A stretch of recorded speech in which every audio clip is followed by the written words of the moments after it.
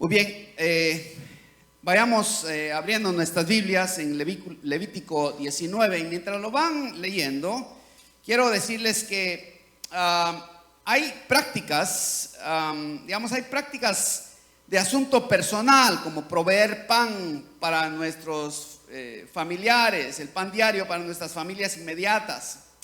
También algo personal es de alguna manera ayudar a nuestros familiares, ¿verdad? La familia en general, o resolver conflictos familiares, o tomar decisiones personales. Esas son cosas personales, obviamente, que también la Biblia habla referente a esas cosas, pero también hay prácticas congregacionales en las que todos tenemos que participar, todos necesitamos participar. Y por esa razón empecé esta serie. Empezamos dándole atención a las ordenanzas, y como dije anteriormente, ¿verdad? Las ordenanzas son el bautismo y la Santa Cena. Digan todos: bautismo y Santa Cena.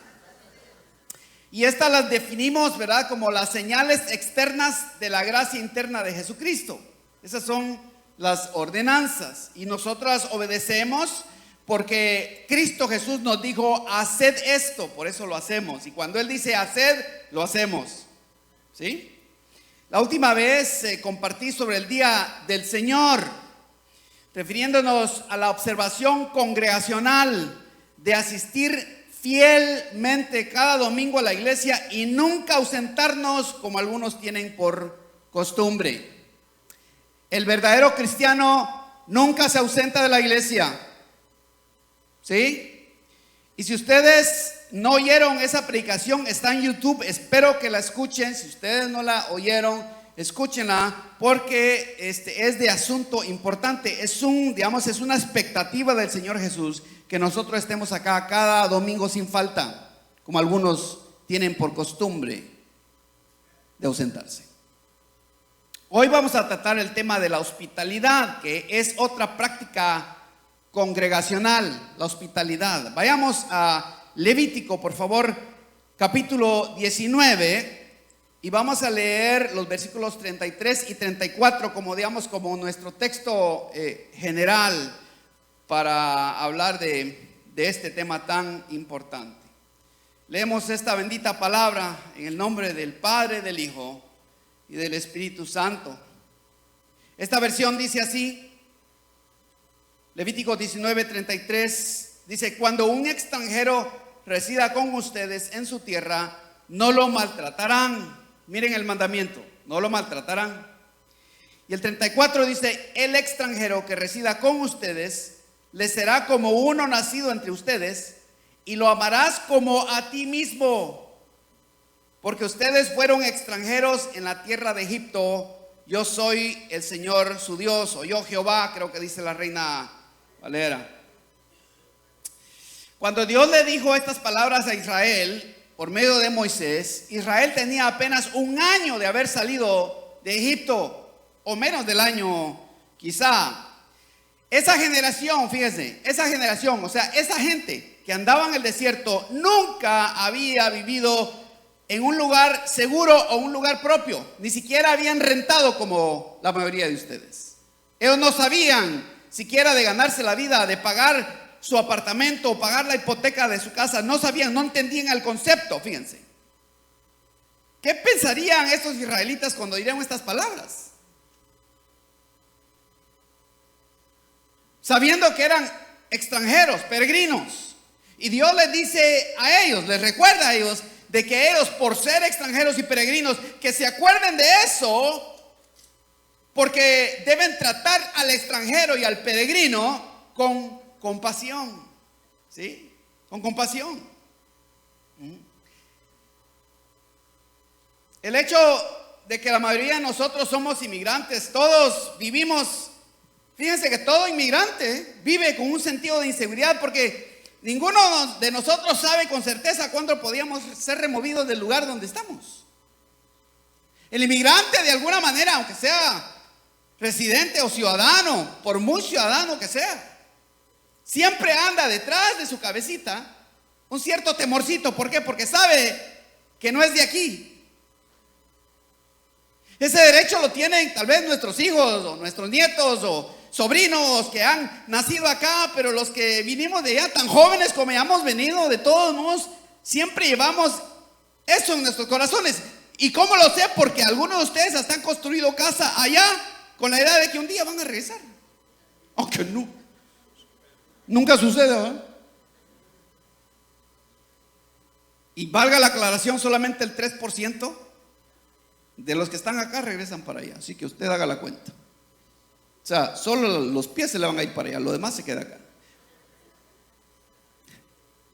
¿Cómo puede una persona obedecer el mandato de la hospitalidad si aún no ha superado el miedo de ser expulsado de su vivienda?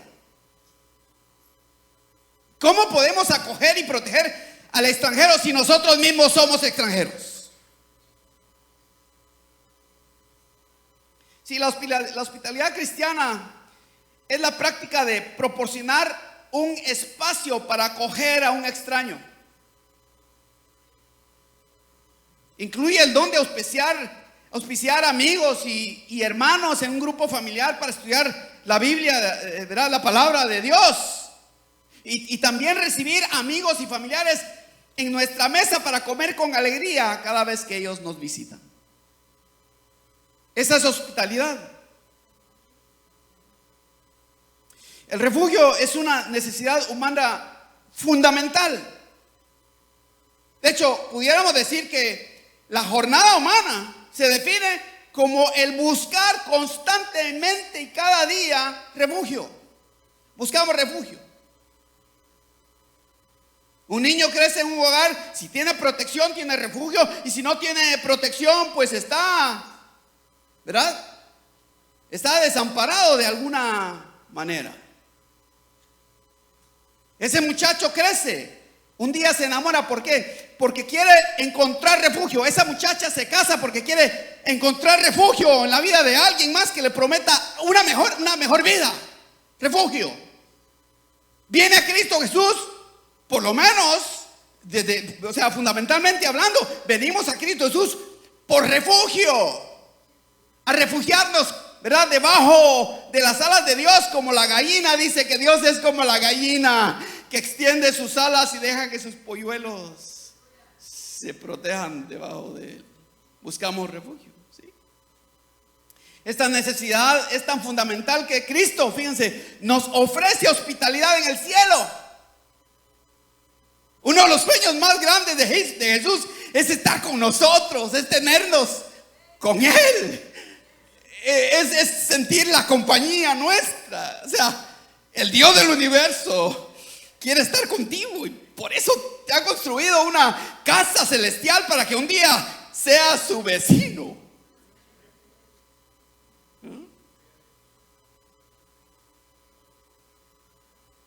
Nos construye una casa de donde nunca vamos a ser expulsados, porque Dios nunca cobrará renta, ni hipoteca, ni tampoco demandará desalojar su propiedad. Y todo el tiempo todo será de Él. Los escritores ¿verdad?, que el Espíritu Santo inspiró para escribir el Nuevo Testamento frecuentemente usaban una palabra, fíjense, en griego, que le llaman xenos. Xenos. Para describir, fíjense, xenos significa extranjero, ¿sí? Pero también significa extraño.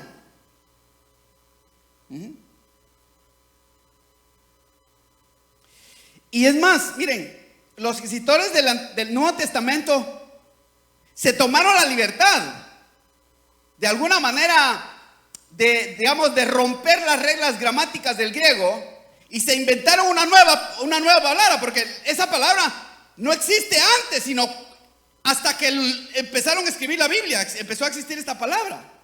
Y ellos lo que hicieron fue que, ¿verdad?, tomaron, fíjense, la palabra amigo, que es filo. Ustedes saben, filo. Filipenses, la ciudad de la amistad. Filadelfia, la ciudad de la amistad, ¿sí? Filo es amigo, ¿sí? El amor filial es uno de los tipos de amor. Filo, ¿verdad? se toman la libertad y combinan. Y entonces, fíjense que lo que ellos hacen es que agarran un antónimo. Antónimo es una palabra que contradice la otra, o sea, bueno, más bien el opuesto, ¿no? O sea, blanco y negro son antónimos, ¿verdad? ¿Sí? Bueno, filo y seno son antónimos. ¿Y qué es lo que ellos hacen? Miren, lo que ellos hacen interesantemente es que ellos toman la palabra filo y la combinan en una palabra que le llaman filosenia. ¿Y saben qué significa? Esa palabra aparece en el Nuevo Testamento, en el original, en el griego. ¿Saben qué significa filosenia? Fíjense, o sea, dos palabras que parecen contradecirse. ¿Saben qué significa? Hospitalidad. O sea, miren qué interesante, ¿verdad? El Nuevo Testamento introduce un concepto completamente diferente en el cual, fíjense, en el cual el extranjero también es amigo. El extraño ahora es amigo. Y el amigo, aunque continúa siendo extraño, es amigo. Y por esa razón la iglesia manejaba este concepto. Y cuando ellos hablaban de filosenia, hablaban de la hospitalidad. Cada vez que usted vea hospitalidad en la Biblia, es esa palabra, filosenia. ¿Sí? O sea, es auspiciar a un extraño y considerarlo como amigo. Solo en el Nuevo Testamento.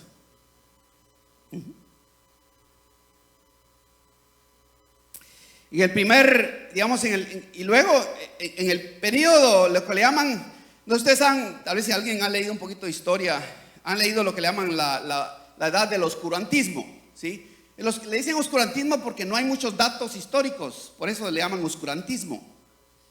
Y de hecho le dicen oscurantismo porque muchos, digamos, expertos en historia, en la historia de la iglesia, asumían por mucho tiempo de que no había mucha actividad eclesial. O sea, la iglesia no crecía porque no hay muchos datos. Aunque no es cierto, la iglesia siguió creciendo.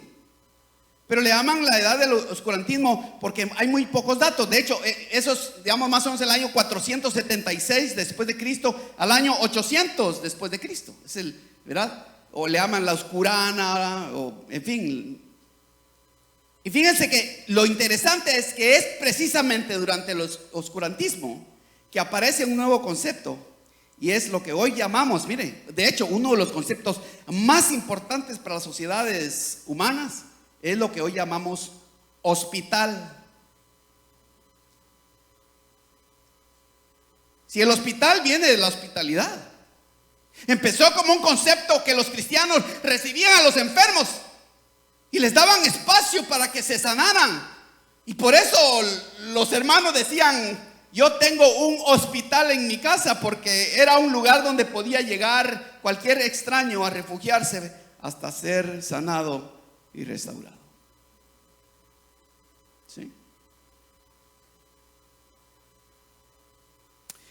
La iglesia primitiva practicó la hospitalidad de manera que hoy, miren, hoy, por razón de la hospitalidad de la iglesia, ¿verdad?, primitiva, de los primer siglo de Cristo, tenemos hoy hospitales. Pero también, ¿saben ustedes? También tenemos hostales, hoteles, hosterías, hospedajes, mesones, pensiones y posadas. Todo por el concepto de la filosenia, o sea, la hospitalidad. ¿Sí? Interesante, ¿verdad? Ahora, con eso en mente, regresemos al texto bíblico. Solo quería dar una perspectiva amplia a ustedes de lo que la hospitalidad ha hecho por la sociedad humana. Verá el tema amplio. Pero regresemos a la Biblia, porque después de todo, a nosotros los cristianos nos interesa el fundamento de la palabra de Dios.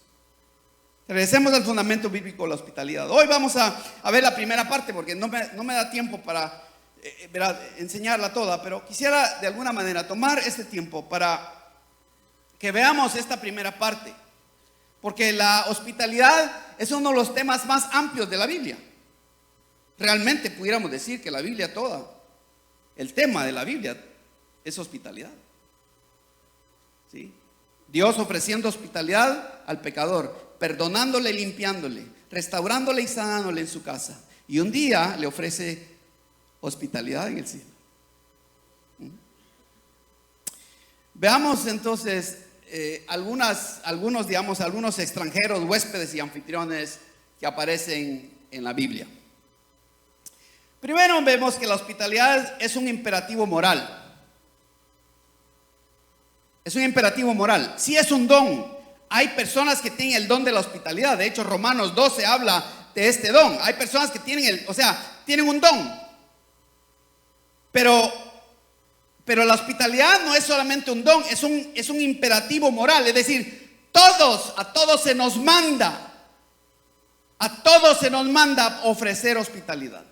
A todos. El pueblo de Dios recuerda que ellos eran extranjeros. Extraña porque cuando reciben las palabras de Levítico 19, ellos todavía eran refugiados en el desierto de Sinaí.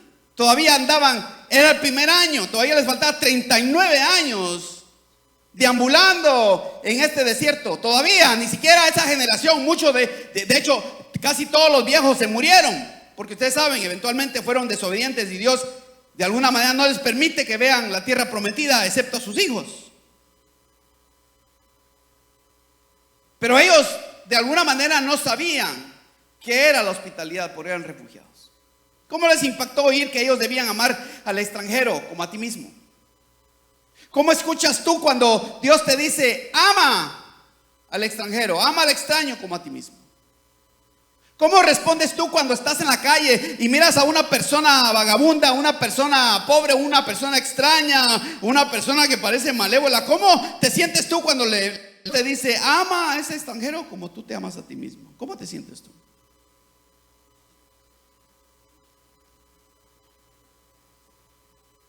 ¿Notas cómo cada vez que Jesús come con otros, los extranjeros se convierten en anfitriones y los anfitriones se convierten en huéspedes? Por ejemplo, mira, cuando vas por ejemplo a Lucas, no lo vamos a leer, pero en Lucas 10 del 38 al 42 se cuenta de cómo Jesús llega como invitado, fíjense, a la casa de Marta y María. ¿Se acuerdan? ¿Sí? ¿Te has dado cuenta de la poderosa lección que Jesús les enseña a Marta sobre cómo empieza la buena parte de la hospitalidad?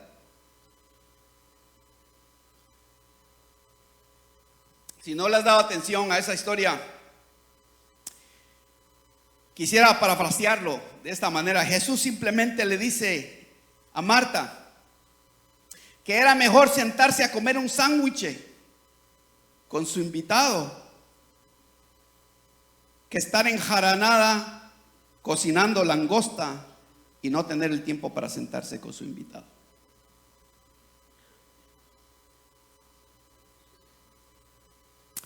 Y curiosamente Jesús se convierte en el anfitrión, porque se vuelve el centro de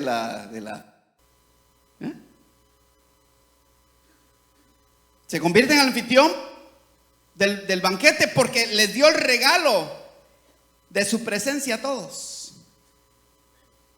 ¿Sí? ¿Has leído Lucas 19 del 1 al 10, donde se relata que Jesús se autoinvita? Mire, ve qué atrevido, se autoinvita a la casa de un chaparrito llamado Zaqueo. Ni siquiera lo invita al Zaqueo, vaya.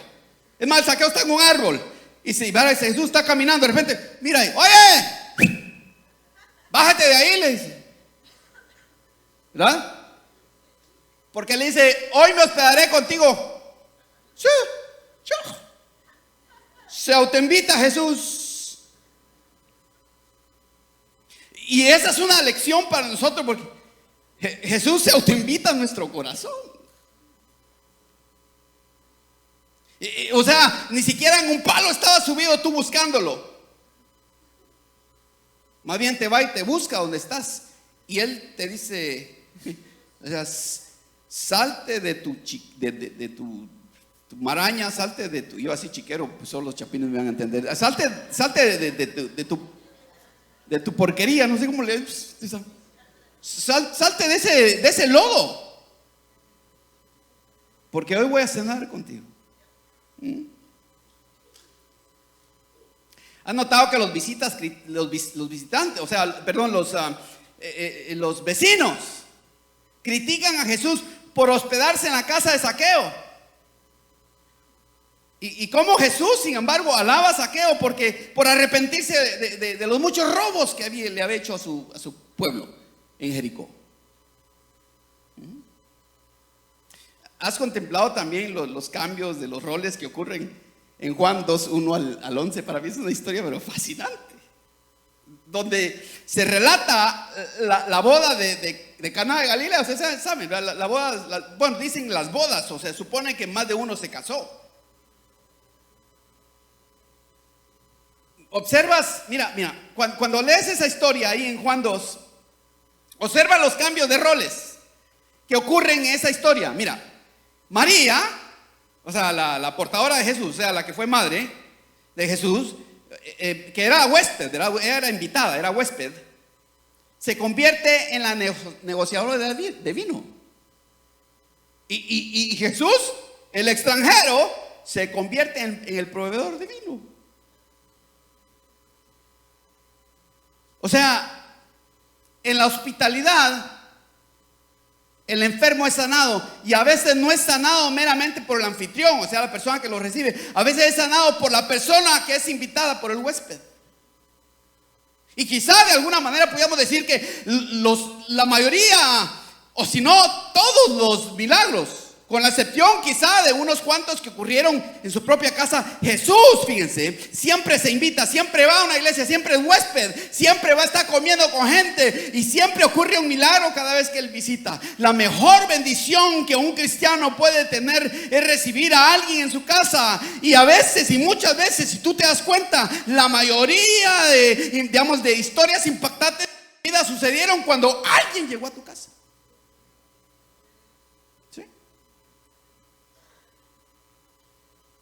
¿Qué sucede cuando un cristiano ofrece un acto de hospitalidad? ¿Verdad? O sea, no solo acogiendo a los extraños y extranjeros y huéspedes, los huéspedes conocidos, sino también reconocen, fíjense, que la hospitalidad es un acto de profunda santidad. Los actos más profundos de santidad en la vida de Jesús ocurren cuando Él es invitado a una casa. Él es invitado por un fariseo llamado Simón. El tipo ni siquiera le lava los pies, que era la costumbre de aquellos tiempos, ¿verdad? Porque ellos creían que como los pies se empolvaban, si se limpiaban los pies, también las manos quedaban limpias. Pero Simón no hace eso. ¿Qué sucede? Llega una mujer que había sido prostituta, vaya, y se lleva un perfume carísimo. Dice que era el salario de todo un año. Ahora, se imagina, ahora, pónganse ustedes, a ver, denle un poquito de imaginación a sus mentes.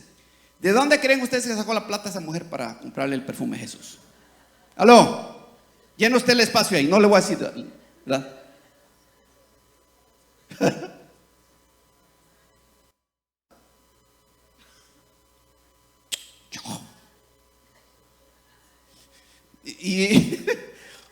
O sea, Cristo pudo haber sido el fariseo, decirle, óyeme, no me contamines con eso. No.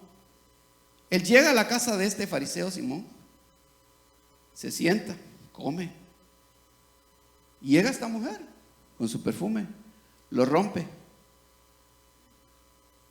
y le empieza a perfumar sus pies. Y no solamente eso, sino que se agarra los cabellos, que era un acto sensual como lo sería hoy. ¿Se imaginan ustedes? Yo estoy sentado ahí, una hermana llega, me quita los calcetines y me empieza a echar su pelo así. ¿Se imaginan ustedes? Todos viendo y ¿qué pensarían ustedes?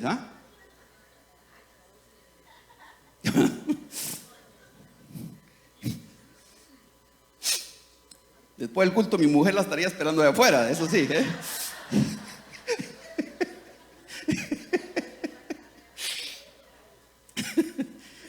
Pero ¿se dan cuenta? Jesús, o sea, está ahí sentado, ¿verdad? Y la mujer llega y rompe el alabastro y le echa su perfume. Dice que tan fuerte era el perfume que toda la casa se llenó de perfume. Y agarró sus cabellos y se los empezó a enjugar. Y tanto era que estaba llorando la mujer. Y lo más interesante, ¿saben qué? Para mí, lo más remarcable del comportamiento de Jesús es que nunca le dice nada a ella.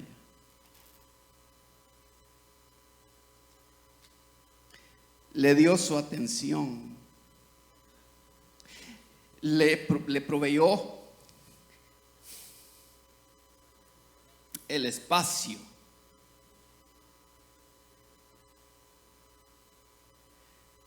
para hacer algo que parecía muy vergonzoso en aquel tiempo y mucho peor hoy día. Y Jesús en ningún momento era tan discreto que nunca le dice nada a ella. No le dice nada. O sea, el silencio de Jesús era mucho más poderoso en ese momento para esa mujer que todas sus palabras. Cuando probemos hospitalidad, tenemos la oportunidad de proveer el espacio.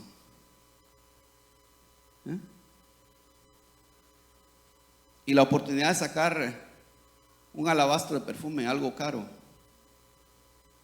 para darle espacio a alguien que necesita un lugar donde poder identificarse con su pasado y a la misma vez recibir el perdón en medio de un tiempo silencioso. La hospitalidad es un gran acto de profunda santidad. Cada vez que un hermano o una hermana recibe a los hermanos, a otros hermanos o amigos en su hogar para tener un grupo familiar, ese es un acto de muy profunda santidad. No es cualquier cosa.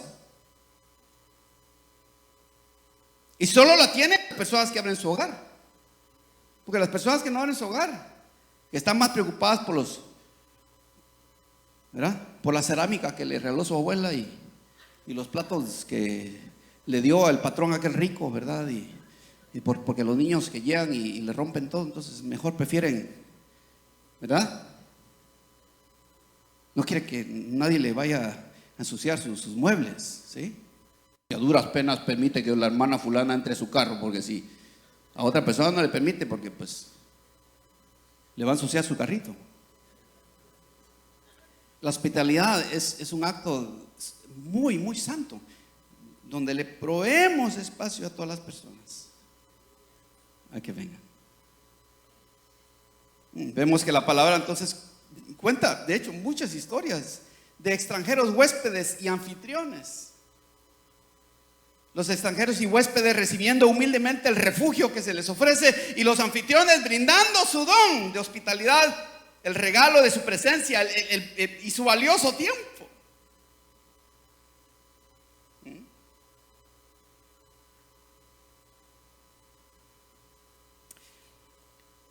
Allá en el 1982 era adolescente y el pastor que teníamos en la iglesia local donde vivíamos estaba empezando una obra en las montañas de Suchitepeques. A los guatemaltecos se pueden ubicar. Las montañas de Suchitepeques es la misma cordillera de los Andes que pasa de San Cruz a todos los países centroamericanos y hasta México. De hecho, es la misma que viene acá, que pasa por California.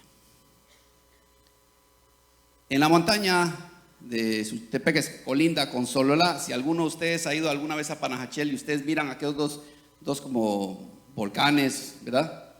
Bueno, pues ese pueblito, si ustedes se ubican, esos dos volcanes, al lado derecho estaba un pueblito, ¿sí?, que se llamaba Suche. Y con él, gracias. Y con él íbamos ahí, pero la primera vez que fuimos nosotros, pues me iba con él en su moto, ¿verdad? Y creo que la razón por la cual yo fui no fue tanto por ir allá, fue porque la idea de ir en la moto, ¿verdad?, y dejar que el aire me volara mi pelo largo así. Sí. Hermano, para un adolescente, esa es la dicha de un adolescente. Me fui, ¿verdad? Dejamos la moto de este lado del río, bajamos del río, subimos, ¿verdad?, la cuesta. Y por allá, después de caminar como 1 hora y media, encontramos un pueblito, Suche, era un cantón. Compartimos la palabra. De hecho, los hermanos, los 2 hermanos que ya eran cristianos, no hablaban nada de español.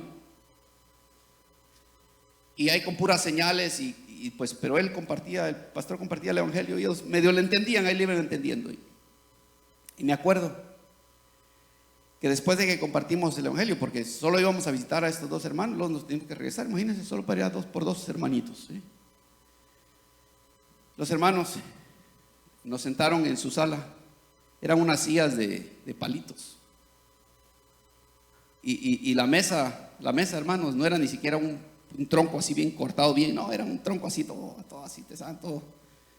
El plato, un plato aquí, otro plato allá, porque ni siquiera, no era ni plana, una mesa plana. Y nos sirvieron dos platitos. Y cuando llegó mi plato, pues yo ahí me quedé esperando, ¿verdad? ¿Qué hora se iba a traer la carne? ¿Cuál carne, mi hermano? Si era un tamal de sal, tamal con sal así, con un poco una salsa ahí de tomate. Y todo, mi pastor me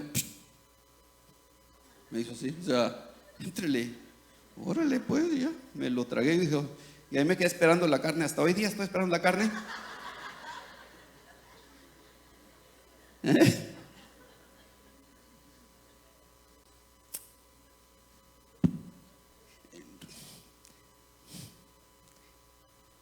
Nunca he olvidado ese almuerzo.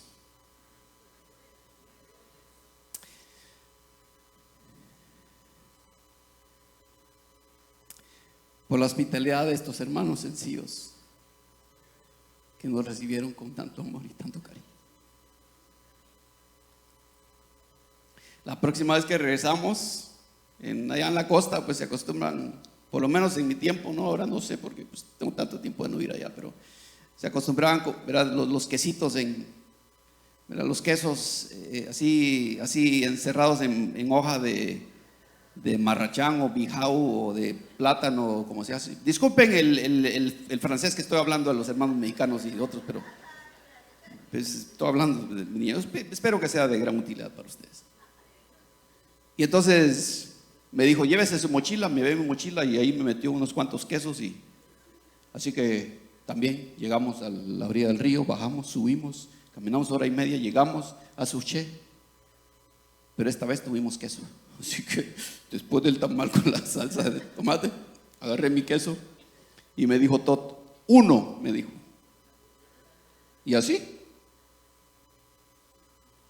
con esos benditos quesos empezamos a ganar a mucha gente para Cristo Jesús con esas comidas que tuvimos con nuestros hermanos ahí en Suché.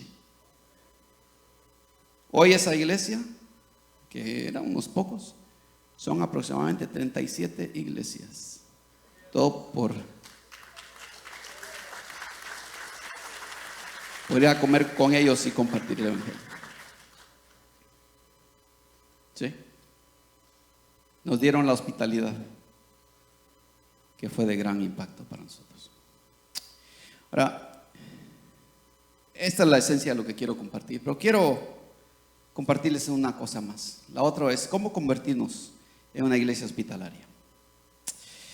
¿Cómo convertirnos en cristianos hospitalarios y aún una iglesia hospitalaria? ¿Cómo forjamos lazos de amistad con este mundo que está condicionado a mirarnos con sospecha?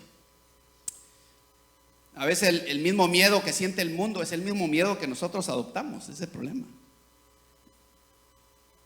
Levantamos muros debido a las diferencias culturales, étnicas, raciales, económicas, sociales, políticas y físicas. Erigimos barreras aún con nuestros hijos debido a la diferencia educativa.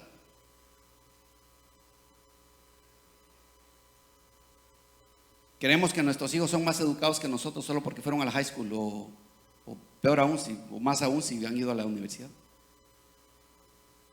Y lo entiendo por mis padres.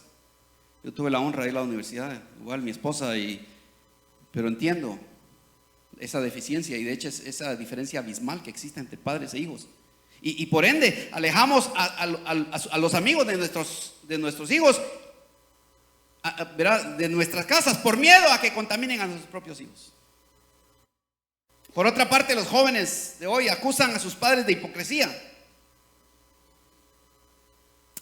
pero ignoran su conducta antisocial, sus adicciones secretas, sus pretensiones, su obesidad, su deuda o su pereza. Muchos jóvenes ni siquiera quieren arriesgarse a casarse por el miedo de tener que proveer hospitalidad permanente a alguien que va a conocer sus peores secretos. Es tal es la historia de nuestros hijos. No fue la nuestra, porque nosotros con pan y sal nos casamos. Hoy no es el pan y sal, tienen más que eso, tienen langosta, lobster, pero tienen miedo. A veces ni siquiera construimos muros, sino que nos quedamos detrás de las barreras culturales de prejuicios y estereotipos, o de rencores no olvidados, de heridas no curadas, o de recuerdos dolorosos. En lugar de nutrir la hospitalidad, fomentamos el distanciamiento. Hermanos que tienen lindas casas, que pudieran abrir para un hogar, para un grupo familiar, no lo hacen. ¿Sí? Y la iglesia no es inmune de estas barreras. Hoy día hay cristianos que no vendrían a nuestra iglesia a partir pan, o sea, a tener Santa Cena con nosotros, porque nos creen, ¿verdad?, o muy anticuados, o muy progresistas, o muy pentecostales, o muy bautistas. Pero nosotros también corremos el mismo peligro de socializarnos dentro de la misma iglesia con gente de nuestro país o pueblo, despreciando, no abiertamente, pero subliminalmente, la comida de otros con la excusa de que no tenemos hambre. Ay, no, hermana, no tengo hambre. Sin embargo, en este entorno tóxico, ¿verdad?, es donde el Señor nos manda a expresar nuestra generosidad y proveer hospitalidad, porque es la única manera de ver a los pobres, a los indigentes, a los hambrientos, a otros inmigrantes como nosotros, a refugiados y prisioneros, no como amenazas peligrosas, sino como la presencia de Cristo entre nosotros. ¿Cómo sé yo eso? Porque Jesús da un mandamiento muy básico referente a la hospitalidad. Él dice en Mateo 10:42, dice: y cualquiera que como discípulo dé a beber, aunque solo sea un vaso de agua fría a uno de estos pequeños, en verdad les digo que no perderá su recompensa. O sea, la hospitalidad básica es la necesidad básica. Empezamos ahí. ¿Tienes miedo tú de abrir tu hogar, de abrir las puertas de tu auto, de abrir las puertas de tu corazón? Empiezas con lo básico. Y precisamente en esta cultura de miedo debemos actuar con valor, empezando con lo más básico y luego ofrecer una suculenta cena y quizá una cama un día. Es más, Jesús instituyó la Santa Cena, miren, porque la cena, fíjense, la cena nos conecta a todos con todas las escenas bíblicas del cuidado, de alimentación y refugio. Pero la Santa Cena también nos conecta unos con otros, porque cuando venimos a la Santa Cena es una cena suculenta. Y noten la dinámica de la Santa Cena. La Santa Cena es, digamos, de alguna manera, es la cena donde pobre y rico se sientan a la misma mesa. Cuando era niño, teníamos en nuestra familia, ahora no sé, porque de nuevo he estado fuera del país por tantísimos años, más de, 2/3 partes ya no, no tengo memoria de mi adolescencia, obviamente, pero cuando era adolescente, cuando era niño, teníamos una familia, desde mi perspectiva, muy pudiente, muy rica, digamos. No sé qué tan ricos eran, pero desde mi perspectiva eran muy ricos, porque tenían carros y casas y tierras y cuánta cosa. Supongo que eran ricos, por lo menos en aquel tiempo. Y recuerdo una boda que hicieron. Y pues invitaron a mi padre. Mi padre va y me lleva. Y mi padre, como era el hermano o sea, era el tío de la que se estaba casando, pues lo sentaron en la mesa, ¿verdad? Y yo recuerdo claramente, no había dónde yo sentarme, porque pusieron nombres. ¿Y qué hice yo? Pues fui a pedir un poco de comida, me fui por ahí a un lugarcito donde pude y ahí me comí solito.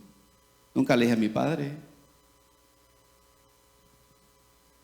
No es una historia triste que yo tengo, pues ni conocía mucho a la prima esta.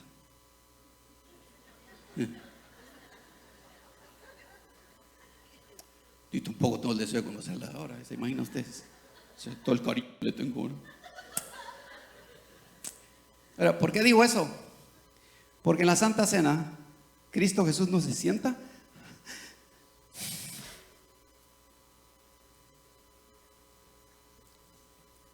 hasta que todos estamos sentados a la mesa.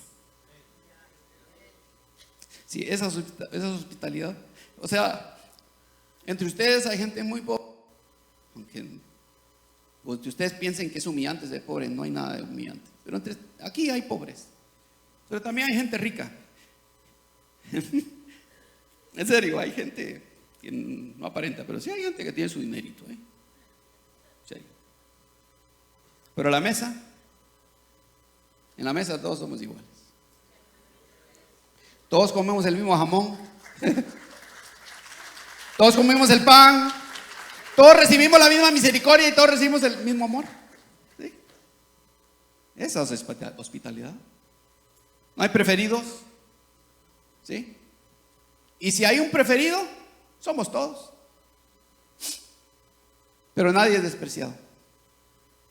En la casa de Dios no somos dueños, sino mayordomos, encargados de hacer el bien con todo lo que tenemos, especialmente a los desconocidos. ¿Cómo convertirnos en una iglesia hospitalaria? Barna Research dice que 4 de 10 visitantes deciden quedarse en la iglesia 2 minutos antes del culto, antes que empiece el servicio. Porque 2 minutos antes que empiece el servicio ellos determinan si la iglesia realmente es hospitalaria.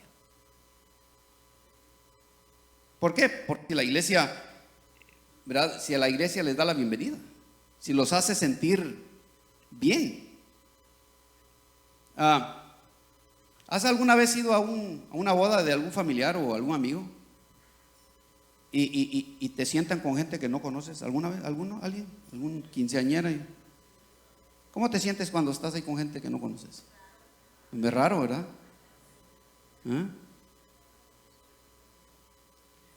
Pues así se sienten nuestros amigos cada vez que cruzan esas puertas, se sienten raros. Y la pregunta es, ¿cómo vamos nosotros a hacer que ellos se sientan bien? Estoy hablando de algo práctico. También se ha descubierto que la iglesia brinda los espacios más cercanos del estacionamiento y de hecho esto es percibido como hospitalario por los amigos. Tenemos la costumbre, ¿no es cierto? Pues yo hoy entré, ¿verdad? Entré como a las 7 de la mañana y pues toda esta parte estaba llena, y allá estaba vacío. O sea, no tenemos la costumbre. No tenemos la costumbre de darle prioridad a nuestros amigos. ¿Aló? Los padres de bebé deciden quedarse cuando las personas de la guardería son acogedoras. Sí, les impresiona, sí, tanto en orden y limpio, y por supuesto que les impresiona eso, pero ante todo la gente, ¿cómo reciben al bebé?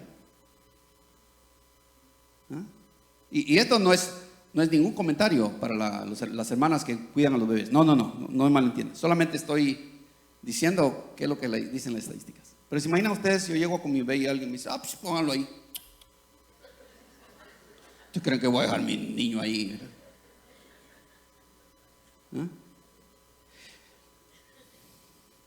Una iglesia hospitalaria es donde los miembros saludan primordialmente a los desconocidos. Les damos prioridad. Los guardas son claves porque son las primeras personas que ellos ven cuando hay, ¿verdad? Si hay hospitalidad.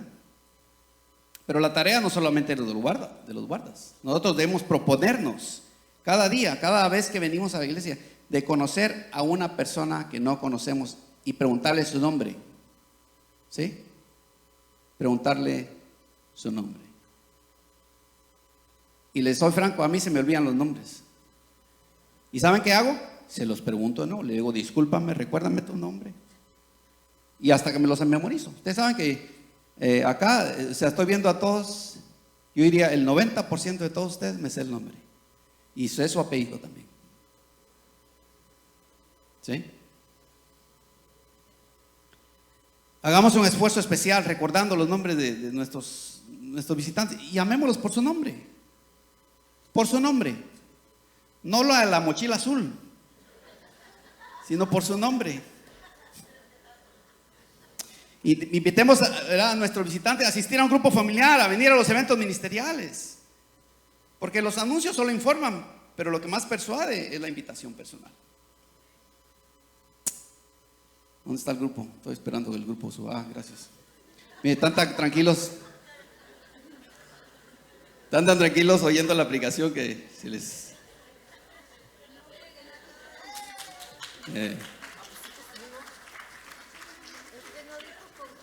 No digo concluyo, ¿verdad? Sí, no dije.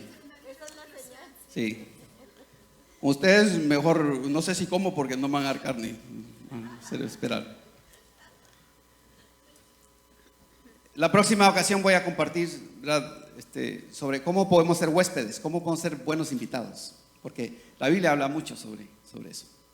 Y hablando de hospitalidad, hermanos, vamos a recibir una ofrenda que le llamamos la ofrenda de gracia. La ofrenda de gracia va a ayudar a una persona extraña para usted porque usted nunca va a saber su nombre.